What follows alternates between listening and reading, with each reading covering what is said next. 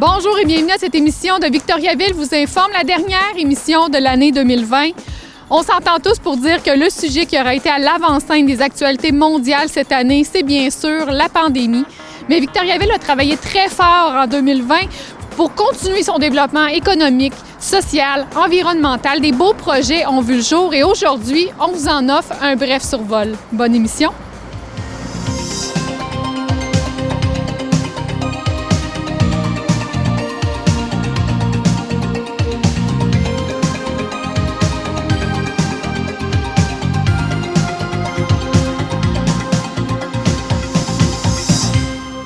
Rendez-vous dans la salle du conseil de l'Hôtel de Ville de Victoriaville avec Maxime Génion-Perron. Bonjour. Bonjour. Et là, pour ceux qui se disent « Oh, son visage me dit quelque chose », tu es un nouveau conseiller jeunesse qui a été élu récemment pour la Ville de Victoriaville. Premier conseiller jeunesse.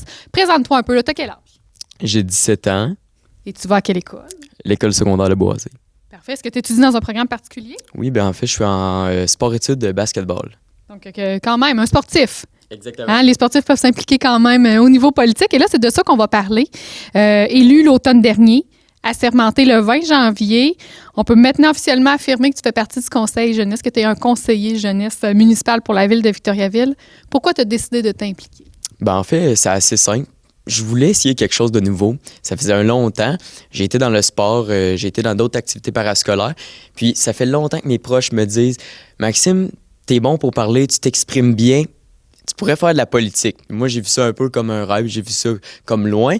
Puis là, j'ai vu passer cette annonce-là, mes amis m'en avaient parlé, j'ai fait le conseil jeunesse, c'est de la politique à un certain niveau municipal, ça va être parfait pour moi. Je me suis impliqué, puis j'adore ça. Vous êtes élu par secteur d'activité, hein, parce que là, les élections, c'est par district, mais vous, du côté du conseil jeunesse, c'est par secteur. Comment ça fonctionne? Mais en fait, on est 11, puis chacun représente son secteur. Il y en a 4 personnes qui représentent l'éducation, donc chaque école secondaire et l'école du cégep de Victoriaville. Puis en fait, on n'est pas exactement restreint à parler seulement de notre secteur. On peut parler d'un petit peu ce qu'on veut, donner notre opinion sur tous les secteurs, mais on a ce secteur-là pour donner dans le secteur en fait d'intérêt ce qu'on aime. On est comme responsable un peu ou porteur de ce sujet-là ou de cet enjeu-là. Exactement. Puis quand on va à d'autres événements qui se passent à l'extérieur de la salle de conseil, bien si c'est par rapport à l'entrepreneuriat, évidemment, ils vont me contacter moi, ils vont venir me voir pour me dire « Maxime, est-ce que ça t'intéresse? » Plutôt quelqu'un qui est en Nord, exemple. Mais selon vos champs d'intérêt. Exactement. Et là, ben toi, tu es co-porte-parole, on va le nommer comme ça. Vous êtes 2, je crois, à avoir été nommés comme représentants. Donc là, ça implique un peu de visibilité. Hein? Tu étais à la télé ce matin. Comment on vit ça d'être co-porte-parole du Conseil jeunesse? Ben, c'est une expérience qui est, je dirais, c'est assez nouveau pour moi. Puis, mais je pense... C'est vrai que c'est nouveau pour la Ville aussi, là. Hein? Oui. Vous défrichez à mesure parce que c'est une première expérience aussi. Là. Oui, vraiment. Ben, c'est ça, c'est nouveau pour tout le monde. Mm-hmm. Mais je crois moi et Anaïs, en fait, ma collègue qui est porte-parole aussi, on prend bien ça, puis on essaie d'impliquer vraiment tout le monde du conseil, même si on a un rôle peut-être, je dirais même pas plus important, parce qu'en fait, on est juste une personne qui représente. On est là pour représenter, puis exemple, on a à prendre parole, bien, ça va peut-être nous qui va le faire, puis c'est ça. Ça permet de faire connaître le Conseil jeunesse, surtout de vous mettre de l'avant, de voir qu'est-ce que vous faites et les impacts que ça peut avoir. Oui, exactement. Dans le fond, c'est le conseil qui est tout nouveau. C'est important de promouvoir ce qu'on fait, puis nous, on est là pour ça. Et c'était tellement bien reçu par le conseil municipal. Je pense qu'ils sont très fiers de ce qui a été mis en place. Ils sont très fiers de pouvoir travailler avec vous. Donc, je pense qu'à moyen terme, vous pourrez avoir une influence sur certaines décisions. Ah oui, nécessairement. Je pense que dans pas très longtemps, on va voir l'influence de nos actions. Puis, on va avoir plusieurs répercussions dans la ville de Victoriaville. C'est important pour les jeunes de s'impliquer au niveau de la démocratie, même si on n'a pas l'âge d'aller voter. Il y a des moyens de le faire. Vous en montrez l'exemple avec le conseil jeunesse. Un jeune, là, comme toi, une jeune qui se dit « ben moi, j'en ai un intérêt pour la politique », quel conseil tu lui donnerais? Bien, c'est évident, en fait, que je leur dirais « foncez ». Il ne faut pas avoir peur. Puis, on arrive là, on est bien accueillis. Les gens qui sont en charge de ça, je peux dire ça comme ça, ils veulent qu'on soit là. Ils ont besoin de nous, entre parenthèses. Puis, c'est vraiment important que vous n'ayez pas peur parce que votre voix, elle veut dire quelque chose. Puis une fois que vous dites ce que vous pensez, bien, ça a vraiment un impact important. On est en groupe, on est en communauté, il n'y a personne qui est jugé ici. Fait que la voix, elle a vraiment une importance fondamentale pour tout le monde qui se retrouve ici. Il y a une place pour vous, assurément. Félicitations encore pour ton siège au Conseil jeunesse, puis on aura l'occasion assurément de parler de tout autre dossier avec toi. Merci, Maxime. Merci à vous.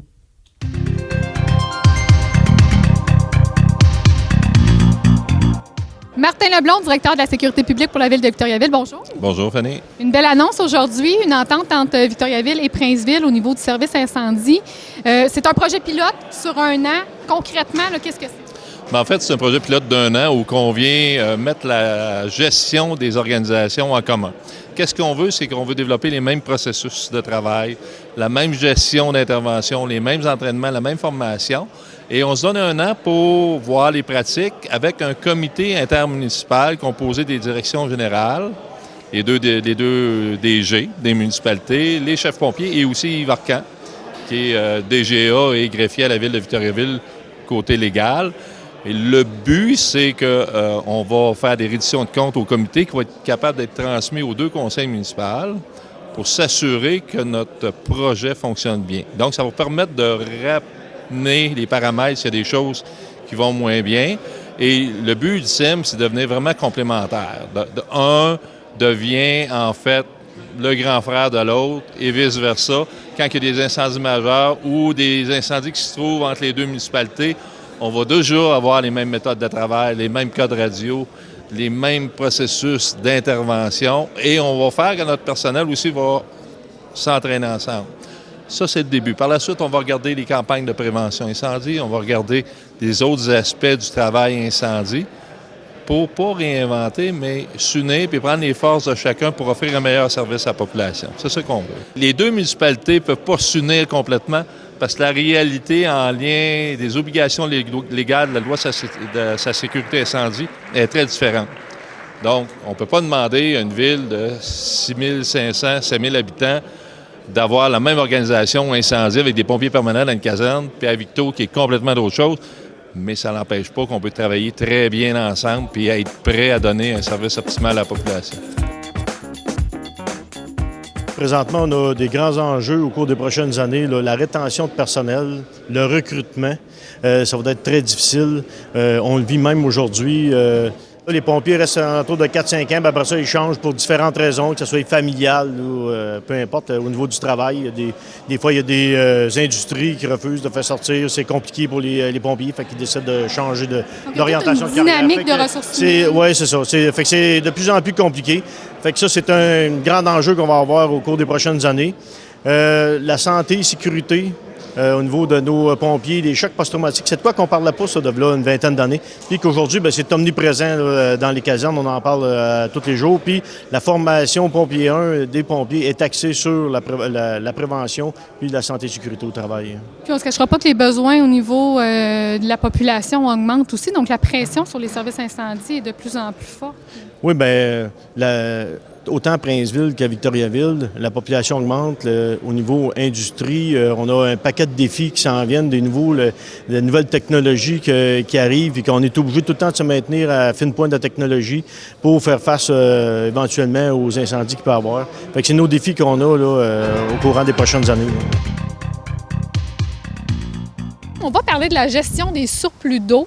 On en entend parler, il y a beaucoup d'initiatives qui sont prises depuis quelques années. Je comprends donc que c'est un enjeu particulier. Oui, effectivement, Fanny. Du point de vue, c'est sûr que la gestion des eaux de pluie, c'est quelque chose, en fait, qui est promu par le ministère de l'Environnement depuis déjà quelques années. Puis il y a même de la gestion des eaux de pluie à mettre en place quand on fait des nouveaux projets. Par contre, les enjeux qu'on a ici à Victo avec les eaux de pluie, c'est que nos réseaux ne sont pas tous séparés. C'est qu'on a des réseaux séparatifs dans la plupart des nouveaux quartiers, mais on a encore des réseaux d'égouts combinés qui acheminent l'eau à notre usine d'épuration, mais qui, malheureusement, en temps de pluie, débordent à la rivière.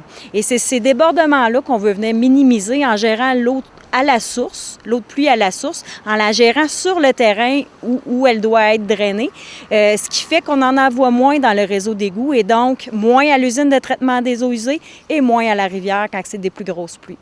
Donc là, c'est environnement et économique, on en parlera un peu plus tard, mais là, les gens ont vu apparaître là, certaines initiatives. Là, on est devant le pavé alvéolé du stationnement de Bigarré. Je comprends que c'est un défi quand même de s'adapter à chaque environnement parce qu'il n'y a pas une formule magique quand on parle de gestion des surplus d'eau. Bien non, évidemment, parce qu'effectivement, quand on arrive à faire la conception de génie civil en drainage, l'eau se draine du point haut au point bas. Donc déjà, en partant, il faut évaluer les pentes du terrain et pour justement, d'un point de vue économique, éviter qu'on soit en rang blés trop coûteux ou en des blés trop coûteux. On essaie de s'adapter le plus possible à la topographie du terrain. Ce qui fait que l'eau, bien évidemment, on va tenter de la gérer dans les points bas. Par exemple, ici, dans le stationnement, le point bas est de chaque côté du stationnement. Dans les nouveaux développements, bien, c'est la même chose. On fait des réseaux de drainage souterrains qui vont être gérés la plupart du temps par des bassins de rétention. Ceci dit, il y a d'autres façons de faire la gestion des eaux de pluie, mais le plus classique, c'est le drainage par conduite avec des bassins de rétention qui auront des ouvrages de contrôle pour réduire la charge hydraulique, c'est-à-dire la quantité d'eau qu'on va rejeter dans notre réseau collecteur d'égouts. Donc, certains quartiers vont voir des bassins de rétention. On voit des stationnements comme le Pierre-Laporte qui a été repensé, où on voit le pavé alvéolé. Il y a d'autres exemples là, d'initiatives qu'on peut prendre pour la gestion des surplus d'eau. Oui, tout à fait. Puis ça peut souvent être aussi des méthodes combinées. Si on prend l'exemple du stationnement Pierre-Laporte, on a un combiné de pavés alvéolés puis de noues végétalisés.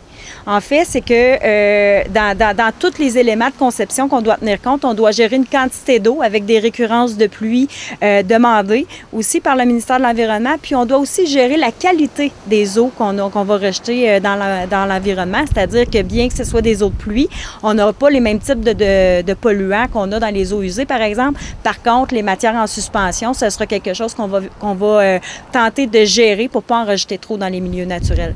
Donc, dans le cas de stationnement Pierre-Laporte, on a fait un mix de noues végétalisées et de pavés alvéolés. Le pavé alvéolé, ce qui permet, c'est de recharger la nappe phréatique, de favoriser l'infiltration dans notre sous-sol, évidemment, pour avoir les conditions idéales pour le faire, parce qu'on ne doit pas être nécessairement trop collé sur la nappe phréatique. Notre roc ne doit pas être trop haut non plus. Donc, il y a différents paramètres dans notre conception qu'on doit tenir compte quand on fait ce genre d'aménagement-là. Les noues ou les fossés végétalisés, eux autres, ils vont avoir un drain en dessous qui va recueillir le surplus d'eau qui n'arrivera pas à percoler dans le sol. Donc, c'est différentes façons là, de faire la gestion des eaux de pluie à la source. On est devant l'éco-centre de Victoriaville avec Karline Gazal, qui est coordonnatrice développement durable pour la Ville de Victoriaville. Bonjour, Karline. Allô. Là, on se rend compte parce que récemment, la Ville de Victoriaville a annoncé qu'on ajoutait un dépôt de verre à l'éco-centre. Et on veut savoir pourquoi la Ville de Victoriaville a voulu rendre ça disponible à ses citoyens. Bien, on sait que la consigne s'en vient, mais on ne sait pas trop si ça va être long ou pas long. Le gouvernement, là, il travaille là-dessus. Mais on avait beaucoup de demandes de citoyens. On avait aussi des demandes, une demande du Comité environnement développement durable de dire est-ce qu'on pourrait faire quelque chose en attendant, en collaboration avec Gestera. Bien là, il y a eu cette option-là. Donc, c'est pas nécessairement des conteneurs là, accessibles à tous 24 heures sur 24, mais les gens ont la possibilité, s'ils le veulent, venir déposer leur verre, donc bouteille de vin, pot de confiture, à l'éco-centre.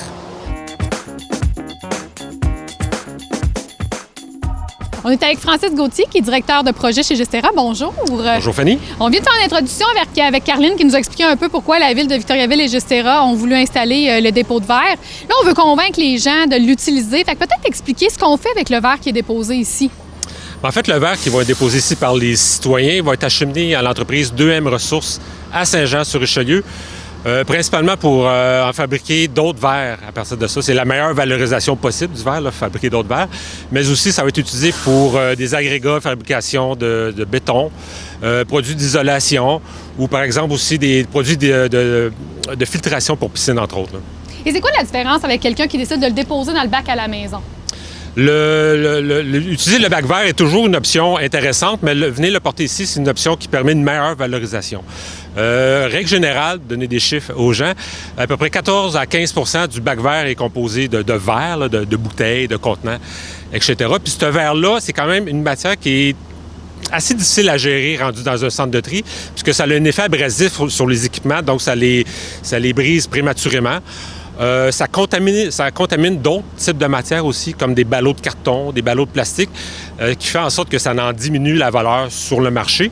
Puis au bout de la ligne, ce qui est récolté comme verre a une qualité assez médiocre dans les faits. Il y a des bouchons de plastique dedans, puis le vert est mélangé avec toutes sortes de couleurs. Là. Le brun, le blanc et le bleu, par exemple, ne sont pas séparés. Ce qui fait en sorte qu'il y a très peu de possibilités de valorisation, puis la seule chose qu'on peut en faire essentiellement, c'est de l'utiliser comme matériel de recouvrement journalier au site d'enfouissement à Saint-Rosaire, là où les déchets se ramassent. Donc, c'est pas de l'enfouissement à proprement parler, puisque c'est une obligation légale de recouvrir les déchets là, en fin de journée. Donc, on a trouvé une utilisation de ce verre-là, mais on s'entend que c'est pas la meilleure utilisation qu'on va en faire, surtout que le verre est une matière qui est recyclable à l'infini, essentiellement, là. Donc, de venir le déposer ici, on le disait, ça donne une meilleure valorisation, une deuxième vie plus... plus noble. Oui, voilà. Plus noble, effectivement. Et bon, donc là, les gens vont ramasser, on va le voir tantôt, là, on peut ramasser à peu près tout ce qui est en verre, de ce que je comprends. En fait, pour résumer, ce sont les bouteilles et les contenants verts. Point final. Pas de bouchon. Pas de bouchons. On enlève les bouchons quand on y pense. Ça, on peut le mettre dans le bac de recyclage, les bouchons, mais ce sont les bouteilles et les contenants de verre. Ça se résume à ça. Peu importe la couleur, peu importe la l'épaisseur. couleur, c'est le centre de tri là-bas à 2M Ressources à Saint-Jean-sur-Richelieu qui va faire le tri des couleurs, puis ils vont refaire d'autres produits donc, avec ça. Donc, on rince notre verre, on met ça dans un bac de côté. Quand on passe par l'éco-centre sur les ordres de Exactement. lecture. L'habitude de rincer comme on a quand on dépose nos trucs dans le bac vert demeure ici, c'est très important. C'est important de seulement mettre le verre et non pas mettre, si on vient avec une boîte de carton, de pas aussi glisser la boîte de carton, de déposer les bouteilles de verre seulement. Vraiment uniquement le verre. Exactement. J'essaierai d'être un précurseur en éducation, en information, à sensibilisation. Donc, si on veut convaincre les gens, c'est quoi le message qu'on envoie à nos citoyens? Là? Parce que, bon, on le sait, là, on doit se déplacer à l'éco-centre, comme on le fait pour d'autres déchets qu'on vient porter ici. Mais comment on fait pour les motiver à le faire? Là? Parce qu'on veut que les gens utilisent ce dépôt-là. Bien, en fait, comme on dit, hein, c'est peut-être cliché, mais chaque geste compte. Puis ça en est un. Surtout que c'est une demande des citoyens, ça. Je sais qu'à la Ville, chez vous, vous avez reçu beaucoup de demandes. Nous aussi, chez Gesteron, on a reçu beaucoup de demandes au cours de la dernière année. On a mis ça en place. Il y a vraiment un besoin, à mon avis, pour ça. Donc, chaque geste compte. Pour certaines personnes, ça peut paraître anodin. Mais tu sais, 14 du bac vert, c'est du verre. Donc, c'est pas rien quand même. C'est plusieurs centaines de tonnes par année. Un petit astérisque que j'aimerais apporter, ce sont les bouteilles consignées, tu sais, les bouteilles de bière. Oui. Les bouteilles de bière, on peut les prendre là, on peut les mettre dans le bac vert, mais ça a quand même une meilleure valeur si on les retourne au dépanneur ou à l'épicerie, parce que ce sont des bouteilles consignées. Puis dans ce qui a trait aux bouteilles de bière, les bouteilles brunes ou de microbrasserie, ces bouteilles-là sont réutilisées à peu près une quinzaine de fois, donc sont remplies de bière. Une quinzaine de fois. C'est ça qui a la meilleure empreinte écologique. Donc, les bouteilles consignées, peut-être les garder pour les reporter au dépanneur. Donc, on garde en tête que c'est un geste qui est relativement simple. C'est très simple. Mais qui a un impact important sur notre environnement. C'est un impact important. C'est sûr qu'il faut se déplacer, venir ici. Mais moi, ici, j'ai mon bac. La caméra ne le voit pas, mais j'ai mon bac. Ça fait 4-5 fois que je viens porter. Mais je fais jamais un détour. Moi, je travaille pas très, très loin d'ici. Donc, sur mon lieu de travail, le matin ou le soir, je passe ici sur lundi midi, je viens porter. Donc, c'est pas un détour. Fait que oui, il y a des gaz à effet de serre liés au déplacement, mais quand on planifie nos déplacements, c'est pas vraiment un enjeu, là. La compagnie, répète-moi le nom de la compagnie qui va revaloriser. 2M Ressources. 2M Ressources a fait une vidéo très intéressante où on voit là, du moment où on récupère le verre, qu'est-ce qu'il en est fait. On va finir l'entrevue avec cette vidéo-là. Merci beaucoup, Francis. Merci, Fanny.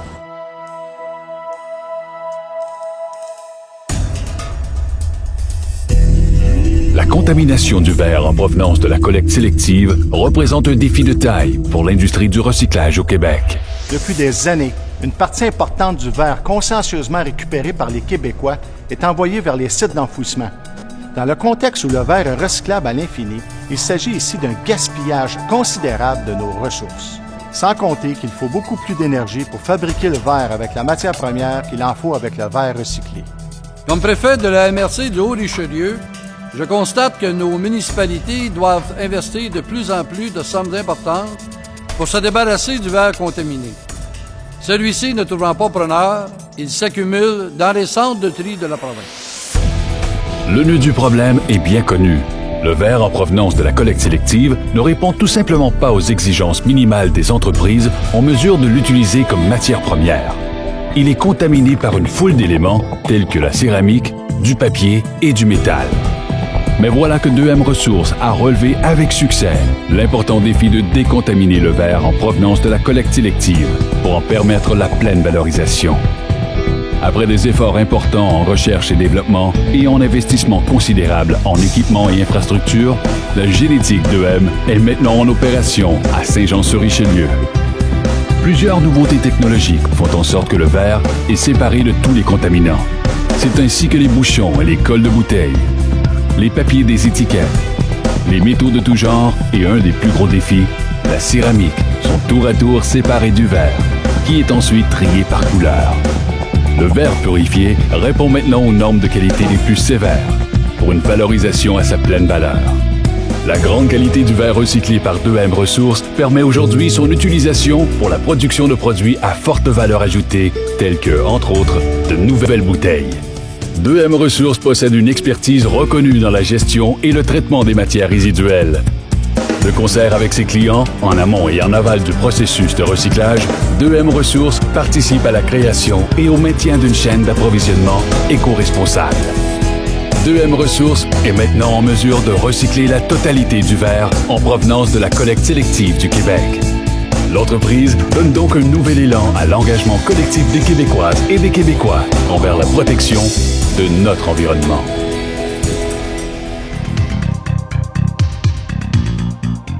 Nous sommes avec M. Patrick Paulin, qui est le conseiller municipal du district Charles-Édouard-Mayotte. Bonjour.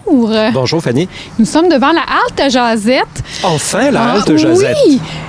On la voit depuis quand même quelques semaines, quelques mois. Les gens ont pu la visiter au début de l'été. Et là, aujourd'hui, on présente un peu ce beau projet. Parlons un peu de l'historique. Où ça vient, ça, cette volonté de mettre en place une halte sur la piste multifonctionnelle? Ça vient des réunions qu'on avait avec nos comités consultatifs de la politique des aînés. Et on était en 2015 aussi en consultation auprès de la population. Donc, plein de sujets émergeaient au niveau de ces comités consultatifs. Et à un moment donné, un de nos organismes, une résidence pour personnes aînées, nous relate qu'avec nos pistes multifonctionnelles, leurs résidents hésitent à fréquenter ces pistes multifonctionnelles. Donc, on pose des questions. Pourquoi? Il y avait un problème d'insécurité, d'esprit civil, d'ailleurs, de partage de l'espace. Et là, les résidents se sentaient moins confortables. Puis, est émergé, avec l'intelligence collective de tous les organismes, est émergé ce projet de dire il faudrait qu'on installe des espaces où les gens pourraient prendre un break. Vous savez, quand vous êtes sur la piste multifonctionnelle, à Victo, on n'a pas des pistes cyclables, on a des pistes multifonctionnelles. Donc, tous les usagers du transport actif, vélo, AMM, piétons, coureurs, se retrouvent là, les petites familles avec les poussettes. Tout le monde se côtoie. Tout le monde se côtoie. Il fallait aménager un espace où les gens pouvaient prendre une pause. On rencontre un ami, une connaissance, on veut jaser, il fait beau. Peut-être pas aujourd'hui, il y a de la neige, mais d'habitude, il fait beau. Donc, un endroit qui soit plus reculé pour assurer cette sécurité, de déplacer un peu les gens de la piste multifonctionnelle et de les amener dans un endroit convivial.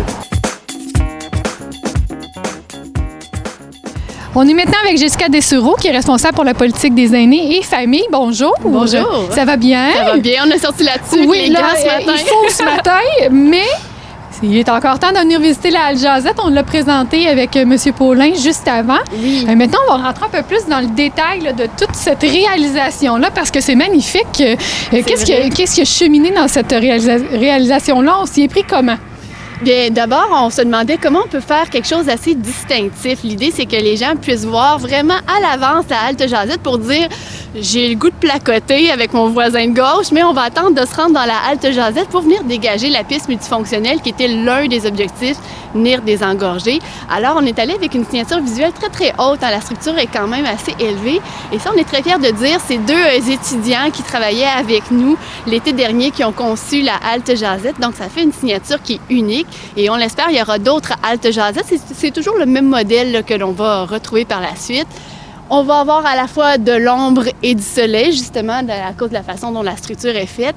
Et on a porté attention à ce que les bancs soient face à face pour qu'on puisse honorer le nom halte Jazette. Plus facile de parler de cette façon-là. Mais effectivement, c'est haut, c'est ouvert, ça donne envie d'y entrer, de s'installer. Et on voit qu'il y a plusieurs commodités. Là, on parlait des bancs et tout ça, mais au-delà de ça, les gens peuvent s'y arrêter pour plusieurs raisons. Exactement. Puis c'est un endroit qui est très inclusif aussi. C'est des petits détails auxquels on ne porte pas attention. Mais par exemple, il y a une bande plus colorée au sol pour les personnes qui ont de la difficulté à voir. Donc, c'est facile à repérer. Une personne qui serait en fauteuil roulant peut venir s'asseoir. Il y a un espace. Et souvent, on parle des quadriporteurs et des triporteurs. Puis quand il y en a deux sur la piste cyclable qui placotent, ça peut venir bloquer. Alors, on a vraiment conçu l'espace ici pour permettre à deux quadriporteurs en même temps de venir.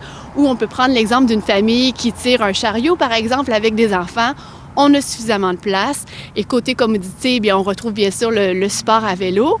Et quand il nous arrive un petit pépin, on a une station de réparation de vélo. Alors ça, c'est vraiment une borne avec différents outils pour réparer, par exemple, une crevaison de pneus. C'est le genre de choses qu'on retrouve ici. Et là, on voit un peu moins les aménagements paysagers parce que, bon, on a une petite surprise, on a un petit peu de neige depuis 2 jours. Mais il y a un gros volet d'agriculture urbaine qui a été exploité là, pour la halte Jazette. Exactement. On sait que c'est une tendance et puis on parle beaucoup du mouvement Hop la ville aussi qui encourage la saine alimentation. Alors, presque tout ce que vous voyez autour de vous, ça se mange, donc c'est très agréable. Et on a voulu venir l'identifier avec des affichettes pour que les gens puissent découvrir les variétés. On a entre autres des bleuets, on a des pommiers. On retrouve également des asperges et là, il faudrait que je regarde, c'est la mélange, je pense. Sais-tu qu'est-ce que c'est, toi? Aucune idée. Ça semble être un petit fruit. Si je regarde, là, les gens ne se demandent, mais où vous regardez, il y a des affichettes, on l'a dit, donc on peut avoir de l'information. En fait, c'est un tout petit fruit qui ressemble beaucoup au bleuet, mais qui va goûter, puis là, j'ai hâte à l'année prochaine pour y goûter, un mélange de bleuet et de poire. Donc, en même temps, ça nous fait découvrir des nouvelles variétés. Comme je disais, ça peut nous inspirer chez nous, dans notre propre jardin. Oui, tout à fait, parce que si ça s'applique dans une petite plate-bande, ben on peut l'apporter à la maison aussi. Et là, je dois en parler parce que M. Paulin s'est compromis en disant qu'il y aurait peut-être d'autres haltes Jazette. C'est un projet, là, on croit bien que dans les prochaines années, on pourra en installer d'autres ailleurs sur le territoire. Exactement. Là, on va garder le mystère et ne pas dévoiler les places, mais dans le fond, oui, on a déjà des endroits de désignés et on regarde les endroits qui sont les plus achalandés parce que, comme on le dit, on veut venir désengorger les pistes multifonctionnelles. On a en tête beaucoup les personnes aînées, ça a été nommé d'entrée de jeu, c'est notre petite étincelle, là, c'est cette idée-là qu'on a eue au départ, donc à proximité de lieux où il y a beaucoup de personnes aînées, mais de façon générale, ça va vraiment servir à tout le monde. Et je terminerai peut-être en disant que là, il faut utiliser notre imagination parce que c'est pas encore installé, mais on a sorti il y a quelques années des cartes, un peu comme des cartes routières pour aider les personnes qui se promènent en AMM, donc tout ce qui est triporteur, quadriporteur, pour trouver les trajets sécuritaires. Eh bien, il y aura une grande réplique de cette carte-là, ici même à la halte Jazette, toujours dans le but de faciliter les déplacements et de bien les planifier. Donc, ce sera intéressant. On va regarder ça évoluer dans les prochains mois, de retour, bien sûr, à la saison estivale, quoi qu'elle sera là tout l'hiver. Hein? Une belle journée d'hiver, on peut s'y arrêter sans problème. Merci beaucoup, Jessica. Ça me fait plaisir. Merci à toi. C'est ce qui complète cette dernière émission de l'année 2020. Bien que l'émission fait relâche pour les prochaines semaines, je vous invite à suivre les actualités de la ville de Victoriaville sur le site Internet et sur les médias sociaux. Bien entendu, je vous invite à visiter le vic.to/fête au pluriel 2020 pour tout connaître sur la programmation des fêtes gratuites et adaptées aux mesures sanitaires. Je termine en vous souhaitant un joyeux temps des fêtes et que l'année 2021 se déroule sous le signe du bonheur et de la santé.